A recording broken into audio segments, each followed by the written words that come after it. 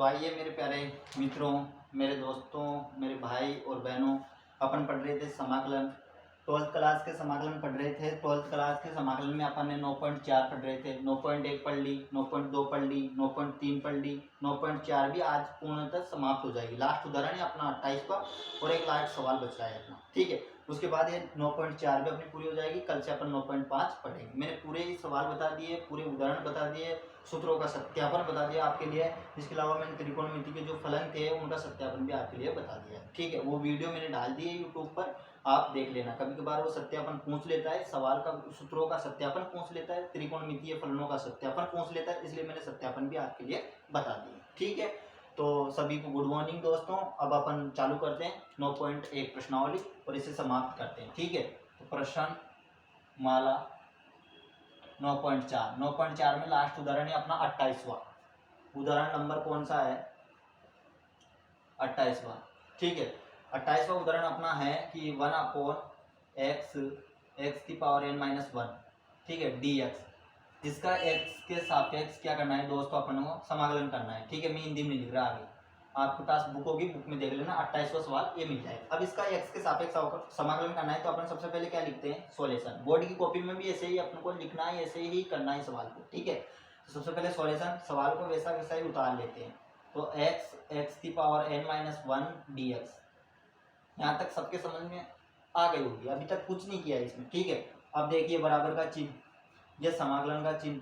अब अपन इस सवाल को कैसे करें, क्योंकि 9.3 के अंदर तो अपन एक काम करते थे कि नीचे का जो दे रखा होता था उसको बराबर माना लिख करके, और टी के बराबर, पी के बराबर, क्यू के बराबर, किसी के बराबर मान करके उसका एक्स के सापेक्ष या जिसके सापेक्ष मानते थे उसके सापेक्ष उसका अवकलन कर देते थे, और अवकलन करने पर अपने पास ऊपर का मान प्राप्त हो जाता था, जिसको हटा देते थे और फिर उसका आसानी से समाकलन हो जाता था, जिसके माध्यम से अपन सूत्र के माध्यम से उसका समाकलन कर देते थे, ठीक है। आसान था। लेकिन 9.4 के अंदर भी अपने यही पढ़ा कि अपन ये पढ़ा कि नीचे का मान लेने पर और उसका अवकलन करने पर अपने पास ऊपर का मान प्राप्त नहीं होता, और यहाँ पर भी देख लो नहीं होगा। तो अपन कुछ सवाल ऐसे हैं जो ट्रिक बेस्ट पर है, और मैं 28वां उदाहरण बताने की वजह भी यही है, इसीलिए बता रहा हूँ, नहीं तो नहीं बताता दोस्तों में, क्योंकि ये तो उदाहरण तो आपको बुक में मिल जाएंगे, उसमें भी कर रखे हैं उन्होंने, लेकिन समझाने की बात है तो इसलिए मैंने इसको बताया है। और उदाहरणों को भी मैंने बताया है, इसके अलावा 25वां बताया है, 23वां बताया, 24वां बताया, पूरे उदाहरण भी बताता हूँ मैं, और पूरी प्रश्नावली के सवाल भी करवाता हूँ, ठीक है। तो यहाँ पर देखिए अपन एक ट्रिक लगेगी। अपन क्या करते हैं, ऊपर और नीचे क्या करते हैं, यहाँ पर लिख देना चाहो तो आप x-1 का हर वर्ग हंस में गुणा करने पर, ठीक है, ऐसा लिख सकते हैं अपन। तो ऊपर भी करेंगे और नीचे भी करेंगे। तो ऊपर करेंगे तो n-1 का, और dx चल ही रहा है। अब देखिए नीचे करेंगे तो x तो अपने पास पहले से है, अच्छा उसका गुणा करेंगे तो n-1 का गुणा कर रहे हैं x की घात, और यहाँ पर क्या है x-n1, ठीक है। यहाँ तक किसी को कोई दिक्कत बिल्कुल नहीं होनी चाहिए मेरे दोस्तों, यहाँ तक तो समझ में आ जानी चाहिए। अब देखिए दोस्तों, अपन क्या करते हैं, जब भी आधार समान होता है तो घातें क्या होती है, जुड़ जाती है दोस्तों। ये तो अपन ने 11th 12th में पढ़ लिया होगा, फिर भी नहीं पढ़ा तब भी कोई बात नहीं है। देखो x की पावर 2 है, ठीक है, और x की पावर 3 है। यदि इनका आधार समान होता है, जब भी कोई भी संख्या का आधार समान होएगा तो आधार समान होने पर घातें जुड़ जाती है। हमेशा याद रखना, आधार समान होता है और इंटू का चिन्ह होता है तो वो घातें जुड़ जाती है। अतः इनका आधार समान है तो यहाँ पर 2 + 5 कितनी हो जाएगी दोस्तों, 7, हाँ 3 है इसलिए 5 हो जाएगी, ठीक है। तो इनकी घात कितनी हो गई, 5। इस प्रकार से जब भी आधार समान होता है तो घातें जुड़ जाती हैं। ये बात आपके समझ में आ गई होगी, ऐसी मैं उम्मीद करता हूँ, ठीक है दोस्तों। तो अपन क्या करते हैं, आप यहाँ पर भी इसका भी आधार और इसका आधार समान है। यदि यहाँ पर कुछ भी घात नहीं तो अपन क्या मान लेंगे, 1 मान लेंगे। अब अपन क्या करेंगे, देखिए x की घात 1 और x की घात -1 है, तो इसकी मतलब क्या हो जाएगा, आधार समान है दोनों का, तो ये आधार अपन जोड़ते हैं तो इसकी घात कुछ नहीं है तो 1 मानेंगे, 1 फिर प्लस का चिन्ह, घातों को जोड़ दें, और इसकी घात कितनी है, n-1। तो अपने पास क्या आ जाएगा दोस्तों, देखो प्लस का n और माइनस का n, ये दोनों तो कट जाएंगे, तो अपने पास क्या बचेगा, x की पावर n बचेगा, ठीक है ना। आपके समझ में नहीं आई हो, फिर मैं समझा रहा हूँ कि आधार समान होता है तो घातें जुड़ जाती है। तो मैंने इसकी घात कुछ नहीं थी तो 1 मान ली, 1 मानते हैं अपन, जहाँ कुछ नहीं होता वहां पर 1 मानते हैं, ठीक है, 1 लिख लिया। फिर प्लस का चिन्ह, घातें जुड़ेगी, फिर लिखा n-1 है तो n-1 लिख दिया। अब यहाँ पर माइनस का 1 है, यहाँ पर प्लस का 1 है, यानी कि ये दोनों कट जाएंगे तो x की पावर n बचेगा, x की पावर n यहाँ पर बचेगा। तो देखिए n-1 ऊपर का वैसा वैसा है, और यहाँ पर क्या बच जाएगा n की पावर x की पावर n, और यहाँ पर x की पावर n-1, और यहाँ पर आ जाएगा dx। यहाँ तक समझ में आ गई हो। अब इसका स्क्रीनशॉट ले लीजिए, फिर मैं दोबारा इसको साफ करके ऊपर से लिखता हूँ ताकि वहां तक ये आ जाएगा। इधर भी आ जाता, लेकिन ये चीज लिख रखी। चलो इसको साफ कर देता हूँ मैं, है ना। हाँ तो इधर से लिख लेते हैं अपन, ठीक है। तो अब देखिए, अच्छा और कर लेते हैं थोड़ा सा। अच्छा यहाँ पर एक काम करते हैं, अब मानना x की पावर n बराबर t मान लेते हैं अपन, ठीक है। और इसका अवकलन करते हैं x के सापेक्ष, तो यही काम अपन वहां पर करें।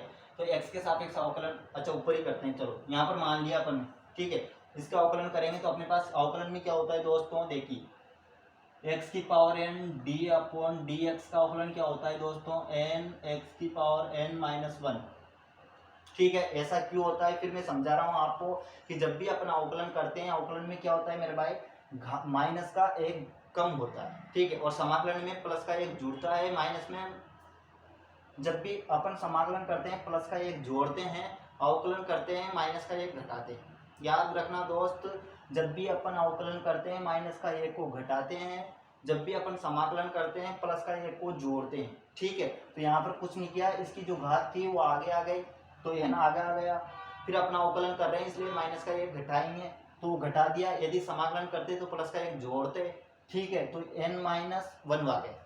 तो यहाँ पर देखिए दोस्तों, इसका अवकलन करने पर अपने पास क्या प्राप्त होगा, n x की पावर n-1, और किसके dt के बराबर माना है तो dt, और यहाँ पर किसके सापेक्ष किया, dx के सापेक्ष, ठीक है। यहाँ तक समझ में आ गई होगी आपको। इसको मैं साफ कर देता हूँ, ठीक है। अब देखिए दोस्तों, अब अपन क्या करते हैं, तो अब अपन एक काम करते हैं, dx को इधर ले जाइए, n को नीचे ले जाइए। तो यहाँ पर देखिए dx को मैंने इधर लिया, या x की पावर n-1 बराबर dt अपॉन n, इसको n को मैं इधर ले गया, dx को इधर ले। अब देखिए दोस्तों, अपने सवाल में dx और x की घात n-1 है, तो x की घात n-1 है, dx भी अपने पास है। इसका जो मान है, इसका अपने पास ये मान किसके बराबर है, तो ये मान अपने पास dt अपॉन n के बराबर है, ठीक है। dt अपॉन n के बराबर है ये मान, x की घात n-1 dx किसके बराबर है, dt अपॉन dn की जगह। तो इसकी जगह पर अपन क्या रखेंगे, dt अपॉन dn रखेंगे, और x की पावर n की जगह पर अपन क्या रखेंगे, t रखेंगे। x की पावर n की जगह पर अपन क्या रखेंगे, t। ये देख लो, x की पावर n बराबर क्या है, t, x की घात बराबर क्या है अपने पास, t।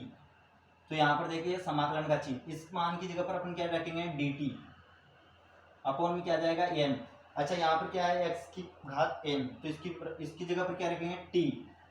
यहाँ पर क्या है, x की घात n, तो यहाँ पर रखेंगे अपन t और माइनस का 1, ठीक है। यहाँ तक अपने समझ में आ गए।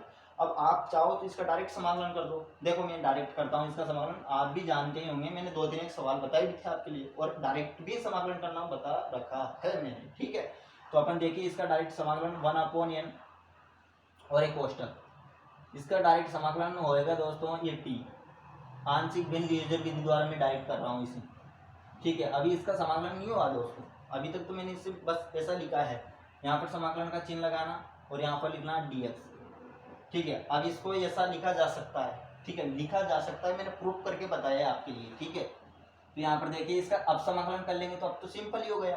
देखो ना आप, 1 अपॉन x का समाकलन क्या होता है दोस्तों, dx के सापेक्ष, तो अपन जानते हैं log x प्लस c होता है, ठीक है।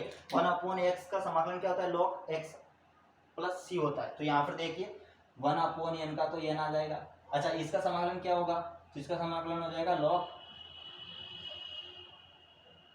t, तो आगे था यार मैंने उल्टा लिख दिया, सॉरी, t माइनस 1, ठीक है। तो यहाँ पर समाकलन क्या हो जाएगा, t माइनस का 1, और प्लस का माइनस का चिन्ह है तो माइनस का लिख देंगे।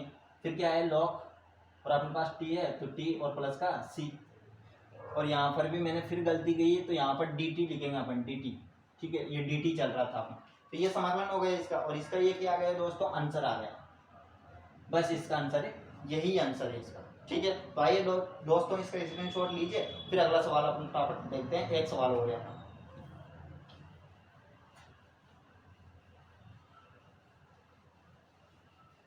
ठीक है मेरे साथियों, मेरे भाई और बहनों, आपके समझ में तो आ ही रहे होंगे समाकलन है। अब देखो ये कितना ही कि किसी से भी पढ़ लो आप, यूट्यूब पर बहुत सारे वीडियो आपको समाकलन से संबंधित मिल जाएंगे, बहुत सारे टीचर मिल जाएंगे। लेकिन देखिए किसी से भी पढ़ लीजिए, आपके समझ में तभी आएगा जब आप खुद प्रैक्टिस करोगे समाकलन की। तब तक समझ में नहीं आएगा जब तक आप खुद प्रैक्टिस नहीं करोगे, ठीक है ना। तभी समझ में आएगा जब आप खुद प्रैक्टिस करना लगोगे, तभी समझ में आए। अब देखिए इसका समाकलन करेंगे हम बना एक्स के सापेक्ष, यह आपकी बुक का सवाल है 9.4 का, 21वां या 22वां सवाल ये मिल जाएगा, 21वां मिलेगा 100%, ठीक है। तो इसका समाकलन करने के लिए अपन सबसे पहले क्या लिखते हैं, सवाल को वैसा वैसा लिखेंगे। सबसे पहले अपन इसे एक्स स्क्वायर अपॉन में क्या लिख लिया 2 10 एक्स, ठीक है, और 3 + 10 एक्स। अपने सवाल को वैसा। अब इस सवाल को कैसे करें, तो अपन सबसे पहले ऊपर देखते हैं और नीचे देखते हैं। हो सके नीचे अवकलन करने पर कुछ मान करके अवकलन करने पर ऊपर का आ रहा हो तो पहले तो वो काम करते हैं, अपन उसको हटाने की सोचते हैं। तो यहाँ पर देखिए यदि माना, अच्छा मन ही मन में आप 10x को मानिए और इसका अवकलन कीजिए तो sec स्क्वायर x होता है, तो मतलब sec स्क्वायर x हट जाएगा तो अपना काम बन गया। मतलब माना 10x को अपन क्या मान लें, t मान लें, और इसका अवकलन करते हैं x के सापेक्ष। तो यह लाइन लिख देना कि x के सापेक्ष अवकलन करने पर, ठीक है। तो इसका अवकलन करेंगे तो क्या हो जाएगा sec स्क्वायर x और dt अपॉन किसके सापेक्ष, x के सापेक्ष तो dx, और dx को इधर ले जाओ तो यहाँ पर क्या हो जाएगा हमारा dx sec स्क्वायर x बराबर dt। अब देखिए दोस्तों समझिए कि x स्क्वायर और dx, तो x स्क्वायर dx, तो dx और x स्क्वायर बराबर क्या आएगा dt। तो मतलब आप साफ साफ हो गया कि x sec x स्क्वायर बोल रहा था मैं, सॉरी, sec स्क्वायर x बराबर sec स्क्वायर dx के बराबर क्या है अपने पास dt। फिर मैं बोल रहा हूँ sec स्क्वायर dx की जगह पर अपन क्या रखेंगे dt रखेंगे, और जहाँ 10x आ रहा होगा वहाँ पर t रखेंगे, ठीक है। इसकी जगह पर अपन क्या रखेंगे t।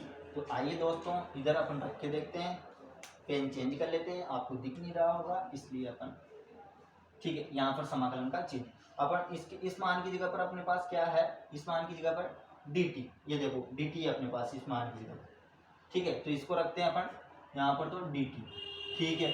यहाँ पर क्या चल रहा है अपने पास 2 + 10 की जगह पर अपन क्या रखेंगे, 10 की जगह पर रखेंगे अपन t, यहाँ पर रख देते हैं t, और 3 + t, ठीक है।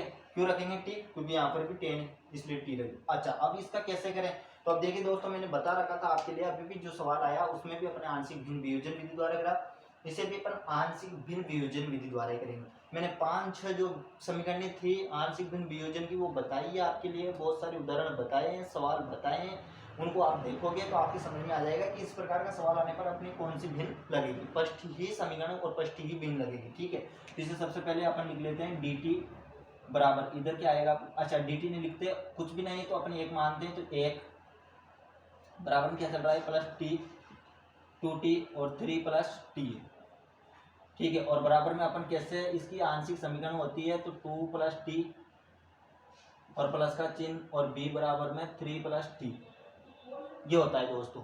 अब अपन क्या करते हैं लहसा ले लेते हैं, तो लहसा लेने पर अपने पास इधर तो क्या आ जाएगा 2 + t और 3 + t, ठीक है। और इधर क्या आ जाएगा अपने पास a, ये आ जाएगा, और यहाँ पर आ जाएगा मेरे दोस्तों 3t। इसका लहसा लेने पर, लहसा तो आते ही होंगे यार आपको, क्योंकि आप 12th में पढ़ते हो तो बच्चे तो है नहीं कि लहसा नहीं आते होंगे आपको, ठीक है। ये तो एक छोटी सी बात है लहसा लेना, तो इसलिए मैं लहसा को तो बिता नहीं रहा, आपको समझ में आ गया होगा कि लहसा ले लिया तो लहसा लेने पर ये प्राप्त होगा, ये आ सकता है, ठीक है।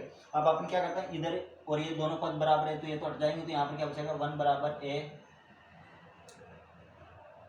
3 + t प्लस b बराबर अपने पास क्या गया 2 + t, ठीक है। यहाँ तक अपन समझ में आ गए। अब इसको स्क्रीनशॉट लीजिए, फिर मैं ऊपर से बताता हूँ आप, ठीक है दोस्तों। तो वीडियो अच्छा लग रहा हो दोस्तों, मेरे साथियों, मेरे भाइयों, तो आप सब्सक्राइब कीजिए, शेयर कीजिए, लाइक भी कीजिए दोस्तों, है ना। और आगे समझिए। अब आइए दोस्तों, वो बात की बात है, यदि आपके जमे तो करना, नहीं मत करना, और आपकी इच्छा के ऊपर है, आपको समझ लीजिए। देखिए क्या अपने पास क्या था, 1 बराबर 3, 1 बराबर ए 3 प्लस टी और प्लस बी बराबर क्या जाएगा 2 प्लस टी। ठीक है, अब देखिए अपन क्या करते थे, कुछ मानते थे, तो यहाँ पर टी बराबर क्या माने कि अपने पास ए और बी का मान लाना है, तो सबसे पहले ए का मान लाने की सोचते हैं। यदि एक मानते हैं तो क्या होता है, एक मानने पर ये 4 हो जाएगा, ये 3 हो जाएगा, यहाँ ए और बी का मान नहीं आएगा अपने पास। ठीक है, तो अपन क्या माने, 2 माने, तो 2 मानने पर भी नहीं आएगा। 0 माने तो यहाँ 0 रखने पर भी अपने पास ए और बी का प्राप्त। -1 माने तो -1 मानने पर भी अपने पास प्राप्त नहीं होगा भैया। -1 मानने पर यहाँ 2 बचेंगे, यहाँ 1 बचेगा, तो 2a प्लस बी बच जाएगा, तो फिर भी ए और बी का मान नहीं आएगा। -2 माने तो -2 मानने पर यहाँ पर 1 बचेगा, अच्छा यहाँ पर बी का मान 0 हो जाएगा, तो -2 मानते हैं सबसे पहले। तो t बराबर -2 पर, तो देखो 1 का तो 1 का 1 और t की जगह पर अपन क्या रखेंगे, -2 और यहाँ पर b 2 की t की जगह पर -2, तो ये तो 0 हो गया, तो यहाँ पर क्या बच जाएगा आपके पास, 3 में से 2 गए तो 1, तो 1 ही। और मेरे दोस्त a का मान क्या आ गया, 1 आ गया। ठीक है, अब क्या करते हैं अपन, t बराबर अब क्या मानते हैं, -2 मान लिया, तो -3 मान लेते, 3 पर, और 1 की जगह पर अपने 1 रखेंगे, तो देखो समीकरण को, 1 बराबर 1 की जगह पर 1 रख दो। ठीक है, 3 t की जगह पर -3 प्लस b और ये 2 -3 t की जगह पर -3। ठीक है, अब ये देखो 3 प्लस का -3, ये तो 0 हो जाएगा। अच्छा 1 बराबर ये तो 0 और प्लस, अच्छा यहाँ पर देखो -3 में से 2 गए तो छोटी संख्या है, बड़ी संख्या माइनस की, इसलिए -1 बचेगा, तो -b बचेगा, ये डॉट में 1 बच गया। ठीक है, तो यहाँ पर b का मान क्या आ गया दोस्तों, -1। ठीक है, तो अपने पास a का मान तो 1 आ गया और b का मान -1 आ गया। अब इस मान को उस समीकरण में अपन रखते हैं, तो इसका स्क्रीनशॉट लीजिए, फिर ऊपर से करते हैं। ठीक है, तो मैं ऐसा, ठीक है दोस्तों, यहाँ तक तो आपके समझ में आ गई होगी। ठीक है, अच्छे थे सवाल और आसानी था, मुश्किल भी नहीं था। तो आई बराबर, या फिर आप तो सवाल बराबर लिख लो। सवाल क्या था अपने पास, क्या बन गई थी फॉर्म, a बराबर 2t और प्लस में अपने पास क्या था, b/3 प्लस टी। यहाँ पर ही अपने सवाल को छोड़ दिया था और इसका करना है अपन को dx के साथ समाकलन। ठीक है, तो अपन क्या करते हैं, अब देखिए इसका समाकलन करते हैं। तो अपन, मैंने अभी थोड़ी देर पहले आपको बताया था कि समाकलन 1/x का समाकलन क्या होता है, तो log x प्लस c होता है। ठीक है, तो यहाँ पर इसका समाकलन क्या हो जाएगा, तो a का तो ये और ये हो जाएगा log dx को, एक को अलग अलग करके भी कर सकते हैं आप, एक साथ भी कर सकते हैं। अच्छा अलग अलग करके बता दूं, कोई बात नहीं है, t प्लस dx और प्लस समाकलन b/3 प्लस dt, ये dx, अच्छा सॉरी dt आएगा दोस्तों यहाँ पर। ठीक है, यहाँ पर भी dt लिखना, यहाँ पर भी dt लिखना। ठीक है, तो अब इसका समाकलन क्या हो जाएगा, a log 2 प्लस टी, मापांक लिखना दोस्तों, प्लस log 3 प्लस टी, और ये b आपके साथ चल रहा है प्लस का c, और ये अभी आंसर नहीं आया आपका, आंसर यहाँ मत देना। अब a का और b का मान रखिए, तो a का मान अपने पास क्या था, प्लस का 1, तो 1 रख दीजिए और लिखिए कि log 2 plus T plus minus का, b का मान क्या था, -1, तो माइनस का चिन्ह हो जाएगा माइनस और प्लस माइनस, और यहाँ पर हो जाएगा अपने पास log 3 प्लस का t और प्लस का c। अब क्या करते हैं, t का मान रखते हैं, t बराबर अपने क्या माना था, तो t बराबर अपने क्या माना था, अच्छा यहाँ पर अपने पास t बराबर अपने क्या माना था, आ गया ना याद, t बराबर अपने माना था 10x। देखो आपने स्क्रीनशॉट लिया होगा, उसमें देखो t बराबर अपने 10x माना था, तो t की जगह पर अपन क्या रख देंगे 10x, तो यहाँ पर 2 प्लस 10x मापांक माइनस log 3 प्लस 10x मापांक 1 प्लस का c, और ये आपका क्या गया दोस्तों, आंसर आ गया। ठीक है, तो अपना सवाल समाप्त हुआ, इसका स्क्रीनशॉट ले लीजिए, जिसमें सवाल अपना समाप्त हो गया। तो ठीक है दोस्तों, यहाँ तक अपना प्रश्नावली 9.4 पूरी समाप्त हो जाती है। अब अपन 9.5 पर बात करेंगे। तो दोस्तों अच्छी लगी हो वीडियो तो लाइक कीजिए, सब्सक्राइब कीजिए दोस्तों। जय हिंद, जय भारत।